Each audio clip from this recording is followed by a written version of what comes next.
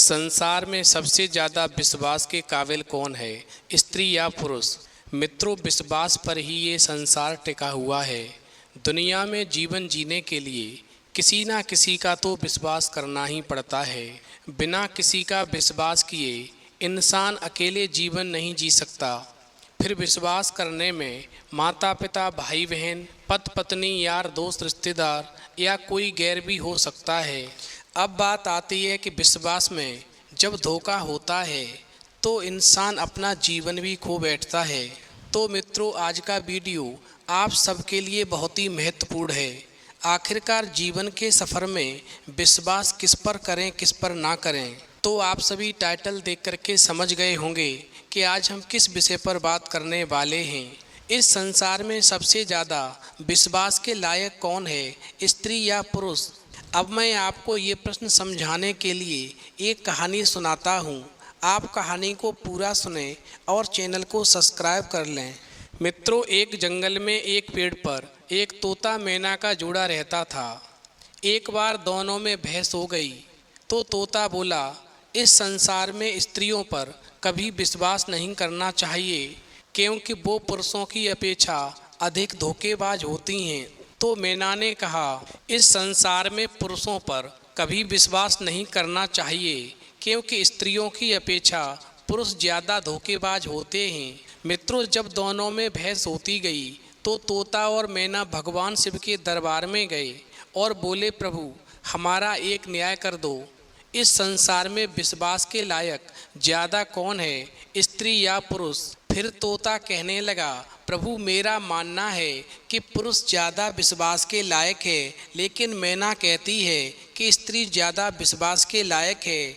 अब आप ही हमारा न्याय कर सकते हैं। फिर तोता और मैना की बात सुनकर भगवान शिव बोले, मैना पहले तुम बताओ और साबित करो कि स्त्री पुरुषों की अपेक्षा ज़्यादा विश्वास के लायक कैसे होती है।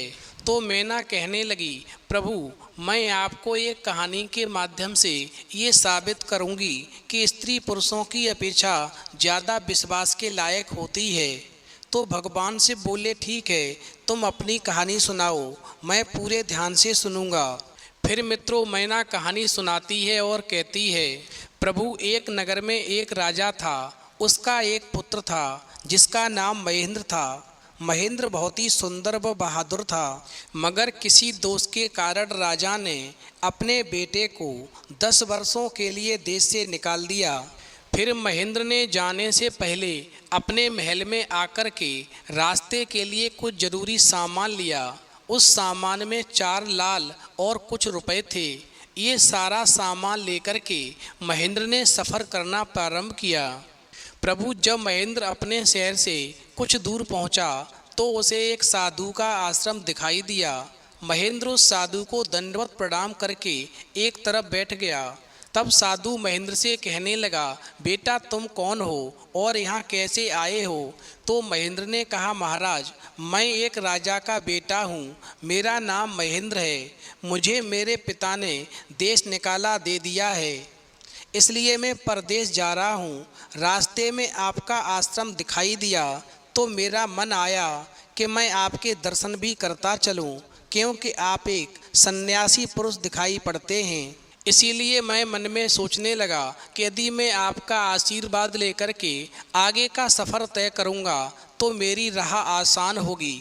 फिर मैना कहती है, प्रभु इस प्रकार साधु ने महेंद्र की बात सुनकर के कहा, बेटा तुम नेक इंसान हो और परदेश जा रहे हो, इसलिए हम तुम्हें 4 बातें बताते हैं। उन बातों पर अवश्य अमल करना, क्योंकि परदेश में ये बातें तुम्हारे काम अवश्य आएंगी। और फिर ऐसा कहकर के साधु ने महेंद्र को 4 बातें बताईं।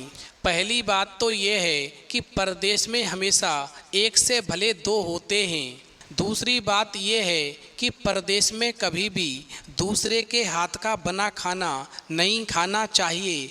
अगर खाना भी पड़े तो पहले किसी जानवर को खिला देना चाहिए। तीसरी बात यह है कि परदेश में किसी दूसरे की बिछाई हुई चारपाई पर नहीं सोना चाहिए। अगर सोना भी पड़े तो पहले बिस्तर को अच्छी तरह से झाड़ लेना चाहिए। और चौथी बात यह है, यदि कहीं शत्रुओं के फंदे में फंस जाओ तो जहाँ तक हो सके नरमी और ज्ञान की बातें सुनाकर ही अपना उद्देश्य पूरा करना चाहिए, क्योंकि जोर दिखाने से जान भी जा सकती है। और फिर साधु ने कहा, ये मेरी 4 बातें बेटा हमेशा याद रखना, तुम्हारे जीवन के सफ़र में ये बहुत काम आएंगी। अब मैना कहती है, प्रभु इस प्रकार साधु की बातें सुनकर के महेंद्र जो था परदेश को चल दिया। जब चलते चलते बहुत दिन बीत गए तो वह एक जंगल में आ पहुंचा। वहां उसने देखा कि एक चील एक कछुए के बच्चे को लेकर के उड़ी जा रही है। संयोगवश बच्चा उस चील के पंजों से निकल कर के गिर गया। फिर महेंद्र ने कछुए के तड़पते हुए बच्चे को देखा तो उसे बड़ी दया आ गई। उसने अपने मन में सोचा, इस बच्चे को पालना चाहिए। इस बच्चे को पालने से 2 बातें होंगी। पहली तो ये कि इस बच्चे के प्राण बच जाएंगे, और दूसरा काम ये होगा कि साधु के द्वारा कही गई बात भी पहली पूरी हो जाएगी, क्योंकि साधु ने कहा था कि सफ़र में 1 से भले 2 होते हैं। और फिर मैं सफ़र करते समय इस कछुए के बच्चे से बातें करता हुआ जाऊंगा तो मेरा सफ़र भी आसानी से बीत जाएगा। और यही सब सोच कर के महेंद्र ने कछुए के बच्चे को अपने साथ ले लिया। प्रभु इस प्रकार वो महेंद्र जो था कछुए के बच्चे के साथ में सफ़र करता रहा। अब कई दिन सफ़र के बाद में एक अच्छा सा स्थान उसे दिखाई दिया। उस स्थान पर पहुंच कर के उसने कुछ खाया पिया और फिर कछुए के बच्चे से बोला, तुम यहाँ पर बैठना, मैं थोड़ी देर सो लूँ। और ऐसा कहकर के महेंद्र जो था एक पेड़ के नीचे सो गया। प्रभु उसी समय पर पेड़ के ऊपर एक सांप और कौवा रहते थे। उन दोनों का ये दस्तूर था कि जब भी कोई मुसाफिर उस पेड़ के नीचे ठहरता था तो सांप उसे डस लेता था और कौवा जो था उसकी आंखें निकाल लेता था। अब मैना कहती है, प्रभु जब महेंद्र सो गया तो सांप ने आकर के उसे डस लिया और स्वयं पेड़ पर चढ़ गया। फिर कुछ देर के बाद में जब कछुए की नज़र महेंद्र पर पड़ी तो वो उसे मरा हुआ देख कर के एकदम से घबरा जाता है और महेंद्र के सिर पर बैठ कर के रोने लगता है। इधर तो कछुआ का बच्चा अपने मित्र महेंद्र के सिर पर बैठ कर के विलाप करता है, और उधर उसी समय पर वो कौवा जो था पेड़ से नीचे उतरता है, और उधर वो कौवा जो था उस महेंद्र की आंखें निकालने के लिए पेड़ के नीचे उतरता है। और जैसे ही आंखें निकालने की कोशिश करता है वैसे ही वो कछुए का बच्चा उस कौए की गर्दन को झपट कर के अपने मुंह से पकड़ लेता है। कौए ने बहुत जोर लगाया मगर कछुए ने उसे नहीं छोड़ा। तब कौए ने सांप को पुकारा। उधर कौए की आवाज़ सुनकर के सांप आ गया। उसने बड़े जोर से कछुए की पीठ पर डंक मारा, परंतु कछुए ने अपना मुंह भीतर कर लिया। सांप ने कई बार कछुए की पीठ पर डंक मारा, किंतु हर बार कछुआ अपना मुंह अंदर करता रहा और उसका कुछ नहीं बिगड़ा। तो उसने कछुए से कहा, तुम मेरे मित्र को छोड़ दो। तो कछुआ कहने लगा, तूने भी मेरे मित्र को डसा है, इसलिए मैं भी तेरे मित्र की जान लूँगा।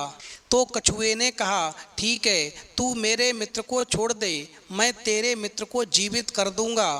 फिर तो कछुआ ने शर्त को स्वीकार कर लिया और सर्प ने काटी हुई जगह पर अपना मुंह रख कर के शरीर के सारे जहर को खींच लिया और फिर बोला, अब तो मेरे मित्र को छोड़ दे, तेरा मित्र कुछ ही समय में ठीक हो जाएगा।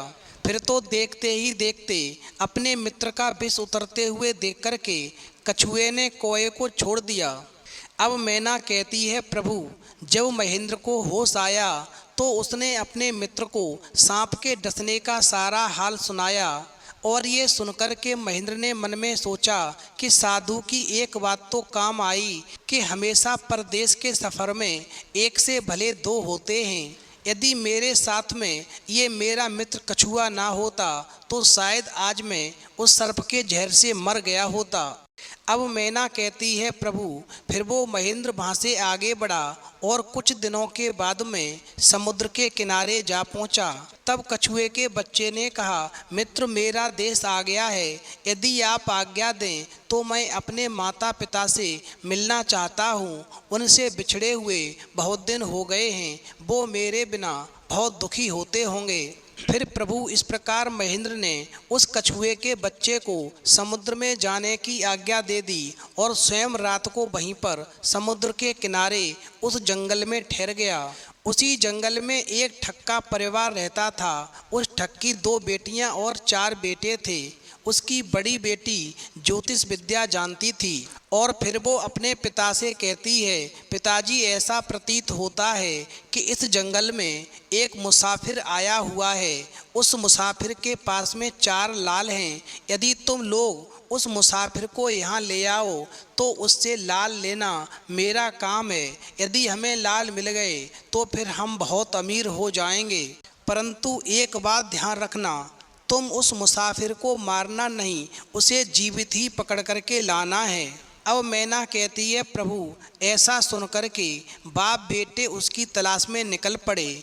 थोड़ी देर के बाद में उन्होंने देखा कि एक आदमी एक पेड़ के नीचे सो रहा है और उसे देख करके उन्होंने सोचा कि ये वही मुसाफिर है जिसके पास में 4 लाल हैं। फिर तो वो उसे पकड़ करके ले गए और अपनी बड़ी बेटी के हवाले कर दिया और बोले, इससे लाल निकलवाना अब तेरा काम है। हमने तुम्हारे पास में इस परदेसी को जिंदा ला करके उपस्थित किया है। फिर वो ठग की बड़ी बेटी कहने लगी, तुम लोग चिंता मत करो, मैं इससे लाल निकलवा लूँगी। मगर जब ठग की छोटी बेटी ने उस महेंद्र को देखा तो वो दिलो जान से उस पर आशिक हो गई, मगर भाइयों के डर से कुछ कह ना सकी, लेकिन मन ही मन में उसको बचाने का उपाय सोचने लगी।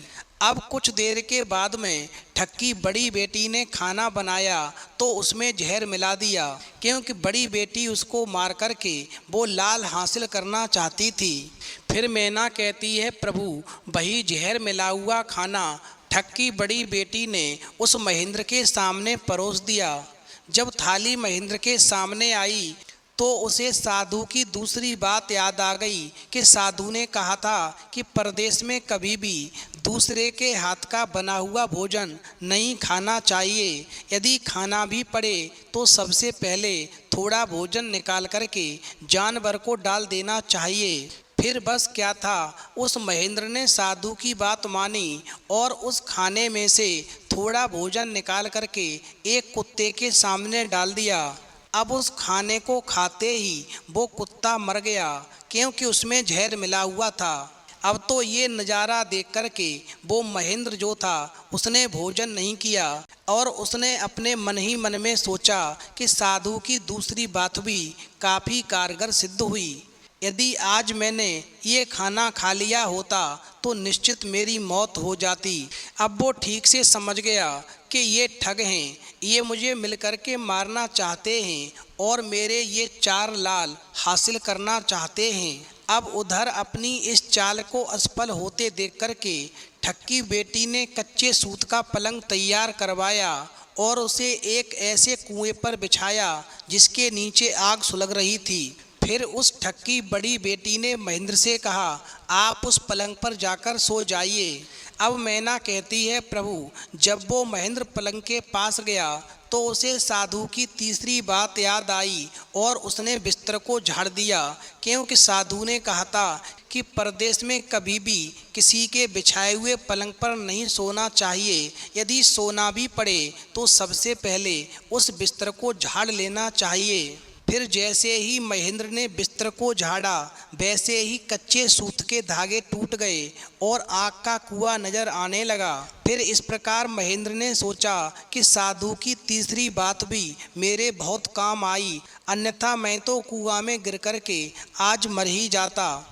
अब मैना कहती है, प्रभु ऐसा सोच कर के वो सोने के लिए एक टूटी हुई चारपाई पर लेट गया और फिर वो बिस्तर पर नहीं लेटा और मन में सोचने लगा कि आज की रात जान बचनी बहुत ही कठिन है। अब इतने में ही ठग की छोटी बेटी मौका पा कर के आ गई और कहने लगी, हे प्रिय, मैं तुम पर दिलो जान से न्योछावर हूँ। मैं तुम्हें बहुत प्यार करने लगी हूँ, परंतु आज की रात मेरे बस में कुछ नहीं है।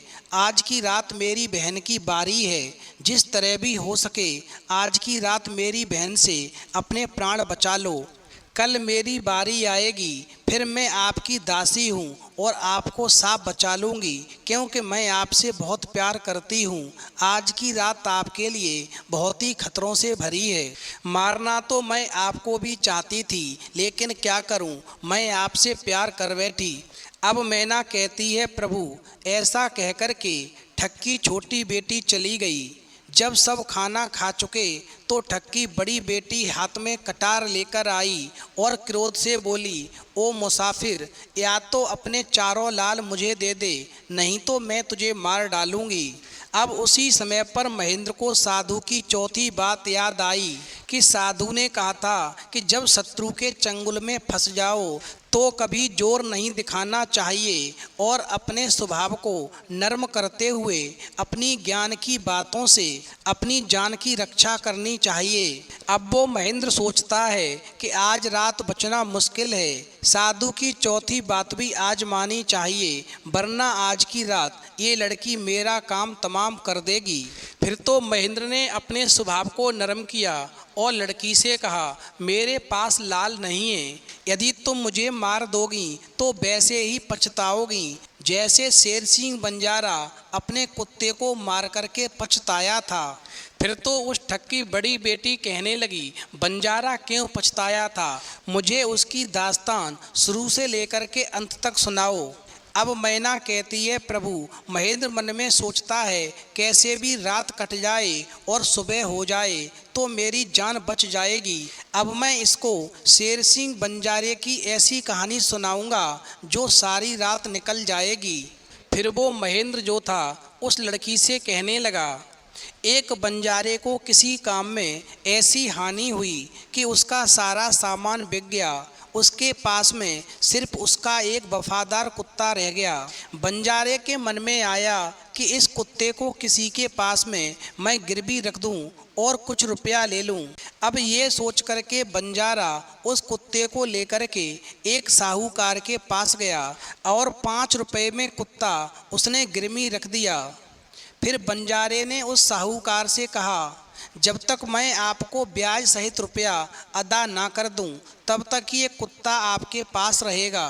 फिर ऐसा कहकर के वो बंजारा वहाँ से चला गया और कुत्ता जो था साहूकार की दुकान पर रहने लगा। फिर अचानक एक रात को चोर आए और साहूकार की दुकान में घुस गए।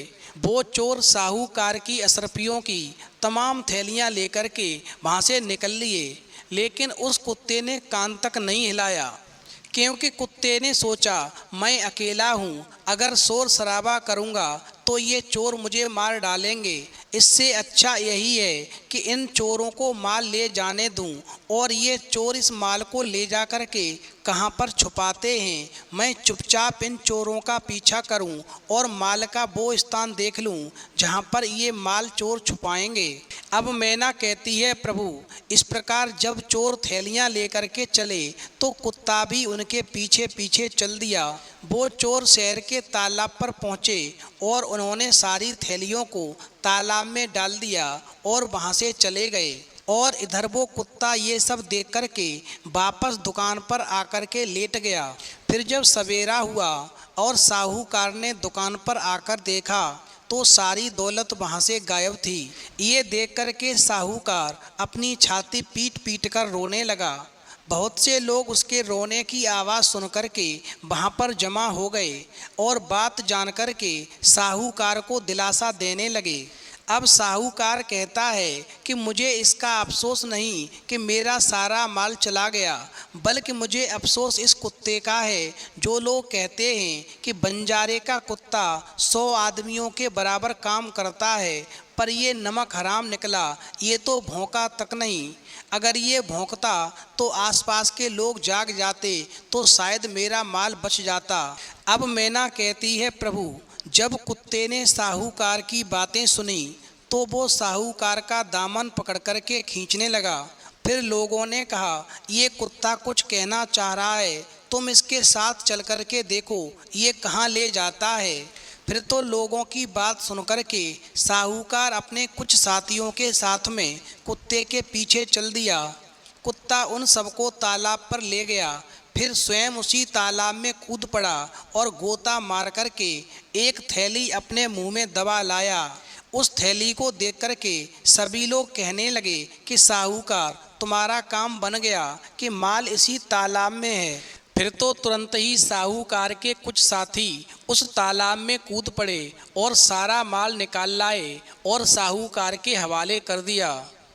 फिर तो साहूकार बड़ा प्रसन्न हुआ और बोला, इस कुत्ते को मैंने बेकार में भला बुरा कहा, इसी के कारण आज मेरा चोरी गया माल वापस मिल गया। अब मैं इसे मुक्त कर दूंगा और इसे इसके मालिक के पास में भेज दूंगा। और ऐसा कहकर के साहूकार ने एक पर्चे पर सारा हाल लिख कर के कुत्ते के गले में बांध करके कहा, मैं तुझसे बहुत ही खुश हूँ। तेरा मालिक मुझे 5 रुपए में मेरे पास में गिरवी रख कर के गया था। तूने मेरा माल चोरी होने से बचाया है, इसलिए आज मैंने तेरे मालिक को वो 5 रुपए जो दिए थे वो माफ़ कर दिए और मैं तुझे आज़ाद करता हूँ। तू बहुत ही वफादार है। अब तू वहाँ पर जा जहाँ पर तेरा मालिक है। तेरे मालिक को तेरी याद आती होगी और जाकर के अपने मालिक से कहना कि मैंने जो रुपया दिया था वो समझो पूरा हो गया। और फिर ऐसा कह कर के वो कुत्ता जो था अपने मालिक से मिलने के लिए एकदम से प्रसन्न हो गया और खुशी के आंसू निकल आए। फिर तो कुत्ता अपने मालिक से मिलने के लिए अपने मालिक के पास रवाना हो गया। अब कई दिनों के बाद में जब बंजारे को अपना कुत्ता नजर आया तो उसे देख कर के बंजारे को बहुत ही क्रोध आ गया।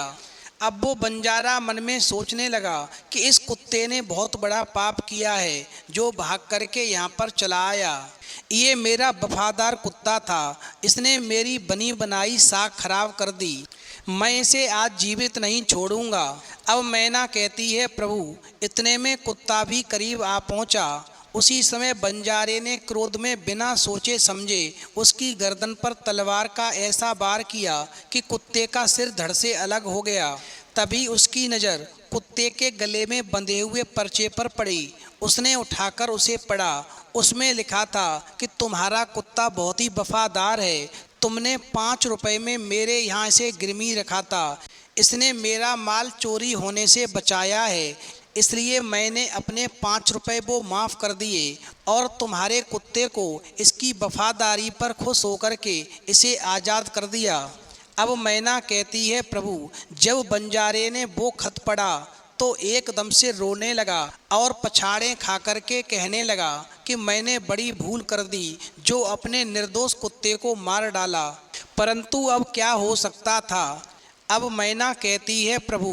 तब तक कहानी सुनाते सुनाते सवेरा हो जाता है। फिर तो ठक्की बेटी महेंद्र से कहती है कि मेरी आज की रात तूने बातों में लगा कर के निकाल दी और अपनी जान बचा ली, परंतु आज मेरी बहन की बारी है, वो तुझे हरगिज जीवित नहीं छोड़ेगी। तू अपने आप को ज़्यादा ही चालाक समझता है। अब तो ऐसा सुनकर के ठक्की छोटी बेटी बहुत ही प्रसन्न हुई और अपनी बहन को दिखाने के लिए ऊपरी मन से बोली, तुम निश्चिंत रहो बहन, मैं इससे लाल लिए बगैर इसे छोड़ने वाली नहीं हूँ। और ऐसा कहकर के फिर वो महेंद्र के पास आई और बोली, भगवान का शुक्र है जो तुमने चालाकी से अपनी जान बचा ली, अन्यथा हमारी बहन की ये रीति है कि ये मुसाफिरों को पकड़ कर के ज़बरदस्ती उनको लूट लेती है और उनको मार डालती है। हम 2 बहनें हैं। पहली रात मेरी बड़ी बहन मुसाफिरों के साथ में लूटपाट करने का प्रयास करती है और दूसरी रात मेरी बारी आती है।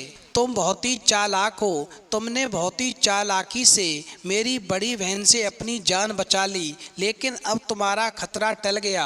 आज बारी मेरी है, मगर मैं दिलो जान से आपकी दासी हूँ। मैं आपसे बहुत प्यार करती हूँ। तुम्हें जैसा अच्छा लगे तुम वैसा कर सकते हो। फिर तो महेंद्र बोला, प्रिय, जब से मैंने तुम्हें देखा है तब से हर ओर तुम ही दिखाई देती हो और दिल करता है कि हर पल तुम्हारे पास ही रहूं। अब मैना कहती है, प्रभु फिर तो उसकी बात सुनकर के ठग की बेटी ने कहा, आप कहते हैं कि मुझसे कुछ भी छिपा हुआ नहीं है, तो फिर वो लाल कहाँ है? तो महेंद्र राजकुमार कहने लगा, वो चारों लाल मेरी जांग में हैं, अगर तुम निकालना चाहो तो निकाल लो। फिर तो महेंद्र ने जैसे ही अपनी जांग को उस लड़की की ओर बढ़ाया तो वो ठक्की छोटी लड़की कहने लगी, प्यारे ये लाल तुम्हें ही मुबारक हों, मैं तो तुम्हारी दासी हूँ और तुम्हारे दर्शनों की प्यासी हूँ। फिर तो ठक्की छोटी बेटी ने महेंद्र के गले में बाहें डाल दी। अब ये सारा नज़ारा देख करके महेंद्र ने कहा, जो कुछ तुमने कहा है वह सब तुम्हारे दिल की भावनाएं हैं, लेकिन यहाँ रह कर के मेरा तुम्हारा प्रेम आगे बढ़ पाना कठिन है, क्योंकि जब तुम्हारे बाप और भाइयों को इसका पता चलेगा तो हम दोनों की खैर नहीं है। अगर तुम्हारी इच्छा हो तो हम यहाँ से भाग चलते हैं, हमारा यहाँ से भाग निकलना ही उचित है। तो ठक्की छोटी लड़की कहने लगी, मुझे यहाँ से चलने में कोई आपत्ति नहीं है, यहाँ से निकलने का एक ही उपाय है। मेरे पिता के पास में 2 ऊँटनी हैं, एक दिन भर में 60 कोस चलती है और दूसरी दिन भर में 100 कोस चलती है। तुम एक काम करो, उनमें से बड़ी वाली ऊँटनी खोल लाओ जो 100 कोस चलती है, फिर हम दोनों उस ऊँटनी पर बैठ कर के यहाँ से चुपचाप निकल चलेंगे और इस प्रकार मेरे घर वाले भी हमको पकड़ नहीं सकेंगे। अब मैना कहती है, प्रभु इस प्रकार वो महेंद्र जो था वो ऊँटनी को खोलने के लिए चला गया, मगर जल्दबाजी में महेंद्र से एक गलती हो गई। उसने बड़ी ऊँटनी के स्थान पर छोटी ऊँटनी खोल ली और उसको लेकर आ गया। फिर तो ठक्की छोटी बेटी बहुत सा माल लेकर के और उस महेंद्र के साथ में ऊँटनी पर बैठ गई और फिर वो दोनों वहाँ से चल दिए। अब ऊँटनी जब चलते चलते 60 कोस पहुँची तो जंगल में जाकर के रुक कर के खड़ी हो गई, क्योंकि उसकी चलने की जो ताकत थी वो केवल 60 कोस ही थी। फिर तो बीच जंगल में ऊँटनी को खड़ा देख कर के महेंद्र और उसकी प्रेमिका के होश उड़ गए। उधर जब सवेरा हुआ तो ठग ने देखा कि उसकी बेटी और मुसाफिर दोनों गायब हैं। फिर ठग ने सोचा, निसंदेह वो बदमाश मुसाफिर मेरी बेटी को भगाकर ले गया होगा, और ऐसा सोच कर के तबेले में जाकर देखा तो छोटी ऊँटनी गायब थी और बड़ी ऊँटनी वहाँ पर बंधी हुई थी। अब तो ये सब देख कर के ठग अपने बेटों से कहने लगा, जल्दी से बड़ी ऊँटनी को खोलो, ये 100 कोस तक भागती है, छोटी वाली 60 कोस ही भागती है, वो हमसे बच कर के कहाँ जाएंगे, हम उनको पकड़कर अभी लाते हैं। और फिर ऐसा कह कर के वो ठग और उसके बेटे बड़ी ऊँटनी पर सवार हो गए और बड़ी ऊँटनी को तेजी से दौड़ा दिया और थोड़ी ही देर में जंगल में उसी स्थान पर पहुंच गए जहां पर वो महेंद्र और छोटी बेटी ठहरे थे। अब मैना कहती है, प्रभु महेंद्र ने जब उनको आते हुए देखा तो वो एकदम से घबरा गया और कहने लगा, देखो तुम्हारे पिताजी आ रहे हैं, अब हम दोनों उन सब से अपनी जान कैसे बचा सकेंगे, लगता है हम दोनों की मौत निश्चित है। फिर तो लड़की ने कहा, प्राण प्रिय घबराओ नहीं, और तुम एक काम करो, तुम इस पेड़ पर चढ़ जाओ, मेरा बाप जब तुम्हें पकड़ने के लिए आएगा और पेड़ पर चढ़ेगा तो मैं बड़ी ऊँटनी पर चढ़ कर के ऊँटनी को तुम्हारी डाल के नीचे खड़ा कर दूंगी, तुम कूद करके उस पर बैठ जाना और इस प्रकार हम दोनों बच कर के साफ निकल जाएंगे। अब तो ऐसा सुनकर के महेंद्र पेड़ पर चढ़ गया। इतने में ही ठग वहाँ पर आ पहुँचा और महेंद्र को पेड़ पर चढ़ा देख कर के ऊँटनी से उतरा और उसे पकड़ने के लिए पेड़ पर चढ़ने लगा। इधर मौका पाते ही ठग की बेटी ऊँटनी पर चढ़ कर के और उसने उसी डाल के नीचे उस ऊँटनी को खड़ा कर दिया जिस डाल के ऊपर महेंद्र बैठा था। फिर तो महेंद्र एकदम से कूद कर के उस ऊँटनी पर बैठ गया और इस प्रकार ठग देखता रह गया और उसकी बेटी और महेंद्र जो थे उस बड़ी वाली ऊँटनी पर बैठ कर के वहाँ से रवाना हो गए। अब मैना कहती है, प्रभु महेंद्र वहाँ से चल कर के कई दिन के बाद में एक शहर में पहुँचा।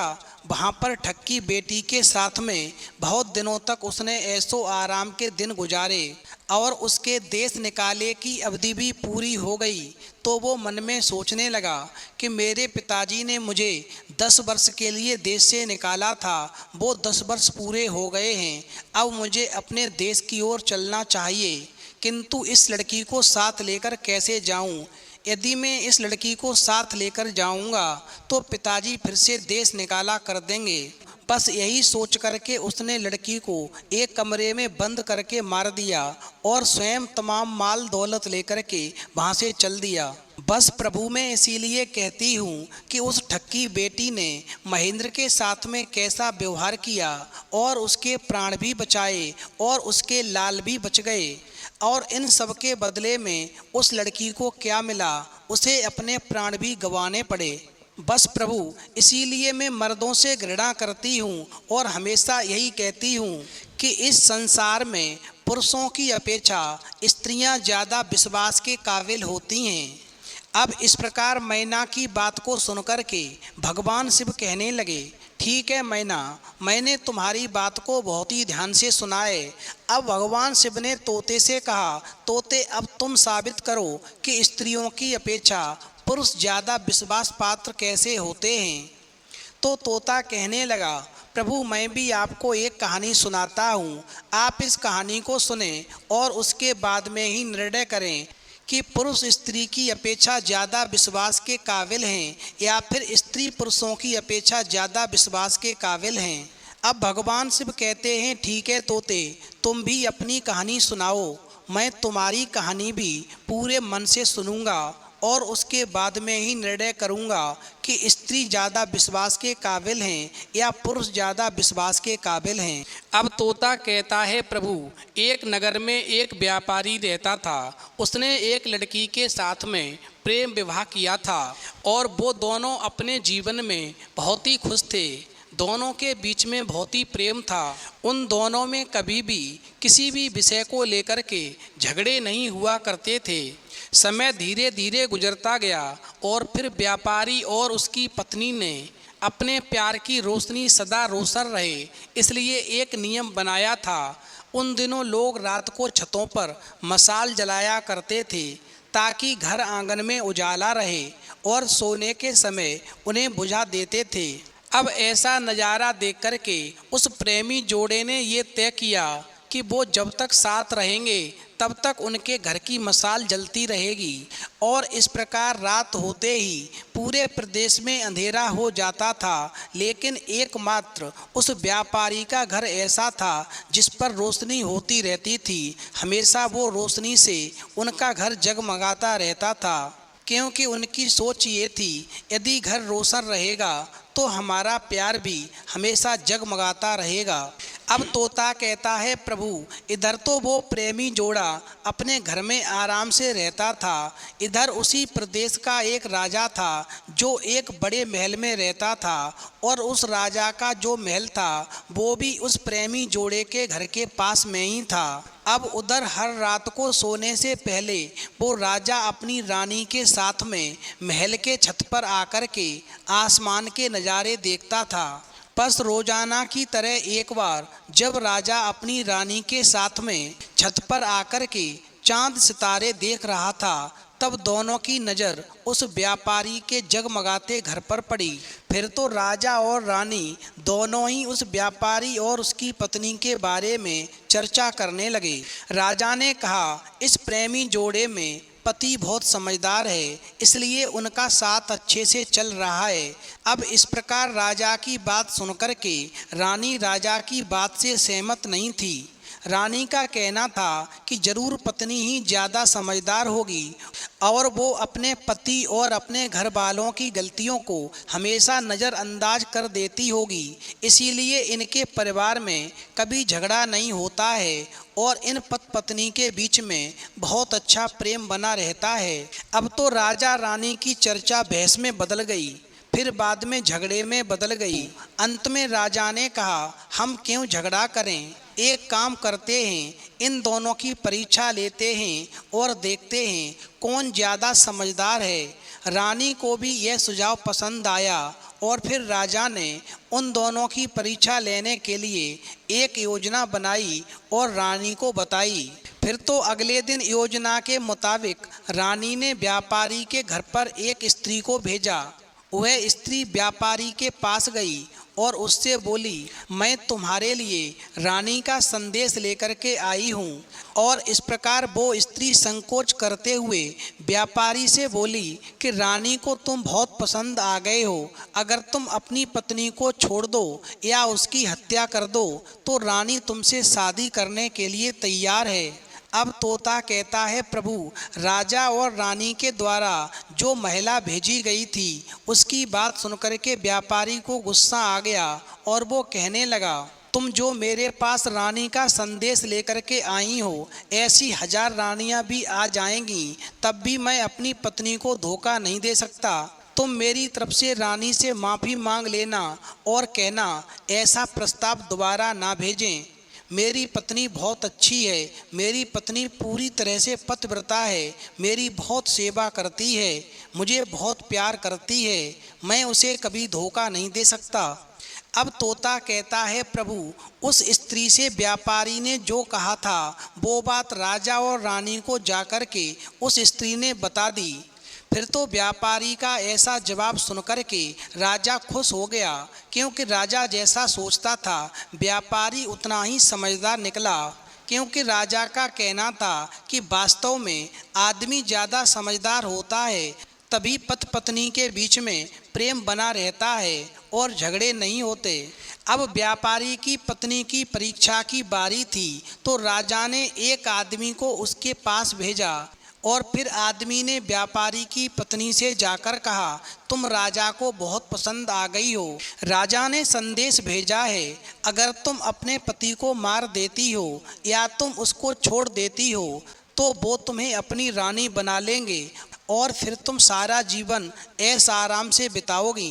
अब तोता कहता है, प्रभु, आदमी की बात सुनकर के पहले तो व्यापारी की पत्नी कुछ भी नहीं बोली और फिर जब वो आदमी वहाँ से जाने लगा तो पीछे से व्यापारी की पत्नी ने कहा कि आज रात को जब मशाल बुझ जाएगी तो समझ लेना कि मैंने अपने पति की हत्या कर दी है। राजा से जाकर कह देना मैं उनकी रानी बनने के लिए तैयार हूँ। फिर तो तोता कहता है, प्रभु, इस प्रकार राजा ने जो आदमी उस व्यापारी की पत्नी के पास भेजा था उसका जवाब सुनकर के सारी घटना का वर्णन राजा और रानी के सामने आकर करता है। तो राजा को व्यापारी की पत्नी पर काफ़ी गुस्सा आया, लेकिन रानी ने राजा से कहा वो सिर्फ ऐसा कह सकती है मगर वो कर नहीं सकती। आखिर वो उस व्यापारी की पत्नी है और उसकी प्रेम का भी है। उसने ये बात हंसी में कह दी होगी, आप व्यर्थ में ही गुस्सा किए जा रहे हो।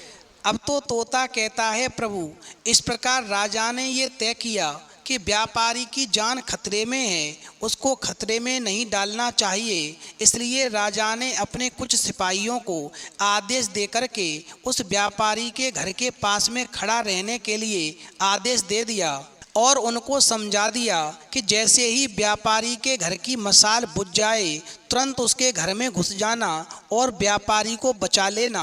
अब तोता कहता है, प्रभु, रात होते ही राजा और रानी अपने महल के छत पर आकर व्यापारी के घर की तरफ देखने लगे। आधी रात हो गई लेकिन कुछ भी नहीं हुआ, मशाल जलती रही। रानी राजा से कहने लगी, देखा, मैं कहती थी कि वो सिर्फ मजाक कर रही होगी, वो अपने पति की हत्या नहीं कर सकती। फिर तो रानी ने ये शब्द जैसे ही अपने राजा से कहे कि देखते ही देखते व्यापारी के घर की मशाल बुझ गई। अब तो राजा को व्यापारी की जान की चिंता होने लगी। थोड़ी देर बाद राजा के वो सिपाही जो व्यापारी की सुरक्षा के लिए वहाँ खड़े थे राजा के पास गए और उन्होंने राजा को व्यापारी की मौत की खबर सुनाई। तो राजा ने कहा, तुम्हारे होते हुए व्यापारी कैसे मर सकता है? तो सिपाहियों ने कहा, महाराज, उसकी पत्नी ने दिन में ही जहर दे दिया था और रात को पति के मरने के बाद उसने घर की मशाल बुझाई, इसलिए हम कुछ भी नहीं कर सके। अब तोता कहता है, प्रभु, राजा की इस घटना से न सिर्फ व्यापारी की पत्नी से बल्कि औरत जात से ही नफरत हो गई। व्यापारी की पत्नी की बेवफाई के विचार उसे पूरी रात आते रहे। राजा उस रात एक भी मिनट सो नहीं पाया। राजा को इस बात का काफ़ी पश्चाताप हुआ कि उसकी वजह से व्यापारी को अपनी जान गंवानी पड़ी। अब तोता कहता है, प्रभु अब आप ही बताओ, जो स्त्री अपनी इच्छा से किसी व्यापारी के साथ में शादी करती है और फिर दूसरे के प्रेम के चक्कर में पड़ कर के अपने पति को मौत के घाट उतार देती है, ऐसी स्त्री जाति पर क्या विश्वास करना चाहिए? बस मैं इसीलिए कहता हूँ कि इस संसार में यदि विश्वास करना है तो पुरुष पर करना चाहिए। स्त्री की अपेक्षा पुरुष ज़्यादा विश्वास पात्र होते हैं। अब प्रभु निर्णय आपको करना है कि इस संसार में स्त्री ज़्यादा विश्वास के काबिल हैं या पुरुष ज़्यादा विश्वास के काबिल हैं। फिर तो तोता मैना की बात को सुनकर के भगवान शिव कहने लगे, मैंने तुम दोनों की कहानी को बहुत ही ध्यान से सुना है, अब तुम मेरी बात को सुनो। मैं तुम्हें तुम्हारे प्रश्न का उत्तर देता हूँ कि इस संसार में स्त्री ज़्यादा विश्वास के काबिल है या पुरुष ज़्यादा विश्वास के काबिल है। अब भगवान शिव कहते हैं, तुम दोनों मेरी बात को ध्यान से सुनो। न इस संसार में सारे पुरुष एक से होते हैं और न इस संसार में सारी स्त्रियां एक सी होती हैं। हम जितना विश्वास स्त्री पर कर सकते हैं उतना ही विश्वास पुरुष पर कर सकते हैं। जितना विश्वास पुरुष पर कर सकते हैं उतना ही विश्वास स्त्री पर कर सकते हैं। बस आज मैं तुम्हें ये 4 बातें बताता हूँ, फिर इन 4 बातों से तुम चाहे स्त्री पर विश्वास कर सकते हो या पुरुष पर विश्वास कर सकते हो। स्त्री पर विश्वास करोगे तो स्त्री विश्वास पर खरी उतरेगी और पुरुष पर विश्वास करोगे तो पुरुष विश्वास पर खरा उतरेगा। अब भगवान शिव कहते हैं, नंबर 1, चाहे स्त्री हो या पुरुष हो, जो भी स्पष्ट बातें करते हैं वो दिल के साफ होते हैं। उनके मन में कुछ नहीं होता, वो अपने मन में कुछ नहीं रखते। इस प्रकार स्पष्ट बातें करने वालों में फिर चाहे वो स्त्री हो या पुरुष हो, आप उनसे मित्रता कर सकते हैं, आप उन पर विश्वास कर सकते हैं। ऐसे स्त्री या पुरुष जो स्पष्ट बातें करने वाले होते हैं वो कभी आपको धोखा नहीं देते, वो कभी भी आपका अहित नहीं चाहते। नंबर 2, जिन लोगों को किसी चीज़ का लालच नहीं होता ऐसे लोग कभी किसी को धोखा नहीं देते, फिर वो चाहे स्त्री हो या पुरुष हो। तुम ऐसे स्त्री या पुरुष पर हमेशा आंखें बंद करके विश्वास कर सकते हो, उन पर भरोसा कर सकते हो जिसे किसी भी तरह का कोई लालच ना हो, चाहे फिर वो स्त्री हो या फिर वो पुरुष हो। नंबर 3, बिना फल की चाहत के मदद करने वाले लोग। ऐसे लोग कभी भी धोखा नहीं देते जो निस्वार्थ भाव से लोगों की सेवा करते हैं। ऐसे लोग कभी भी किसी का बुरा नहीं करते, इन पर भी विश्वास किया जा सकता है, फिर चाहे वो स्त्री हो चाहे वो पुरुष हो। अब भगवान शिव कहते हैं, नंबर 4 और महत्वपूर्ण बात, ऐसे व्यक्ति जिन पर दुनिया की चकाचौंध का असर नहीं पड़ता, ऐसे लोगों पर विश्वास कर लेना चाहिए, फिर चाहे वो स्त्री हो या पुरुष हो, क्योंकि ऐसे लोग साधारण जीवन जीते हैं, इन्हें दूसरों की बातों से ज़्यादा मतलब नहीं होता। हमेशा ध्यान रखना, जो स्त्री या पुरुष अपने तक ही सीमित होते हैं वो दूसरों को धोखा देने के बारे में सोच भी नहीं सकते हैं। अब भगवान शिव कहते हैं, ये 4 बातें मैंने आपको बताई हैं, इन 4 बातों का पालन करते हुए आप स्त्री या पुरुष पर किसी पर भी विश्वास करते हैं तो जीवन में कभी धोखा नहीं मिलेगा। हम जितना विश्वास पुरुष पर कर सकते हैं उतना ही विश्वास स्त्री पर कर सकते हैं, और जितना विश्वास स्त्री पर कर सकते हैं उतना ही पुरुष पर भी कर सकते हैं। बस देखना यही है कि मैंने जो 4 बातें बताई हैं, क्या इन 4 बातों के अंदर वो स्त्री पुरुष आते हैं या नहीं। यदि आते हैं तो आप बराबर विश्वास कर सकते हैं, यदि नहीं आते हैं तो फिर ऐसे स्त्री या पुरुष पर भूल कर भी विश्वास नहीं करना चाहिए, अन्यथा जीवन में कभी भी धोखा खा सकते हो। तो मित्रों, यदि आपको ये कहानी पसंद आई हो तो प्लीज़ आप हमारे चैनल को सब्सक्राइब अवश्य करें और कमेंट बॉक्स में लिख करके बताएं कि कहानी कैसी लगी, और भगवान शिव पार्वती के लिए एक लाइक अवश्य करें।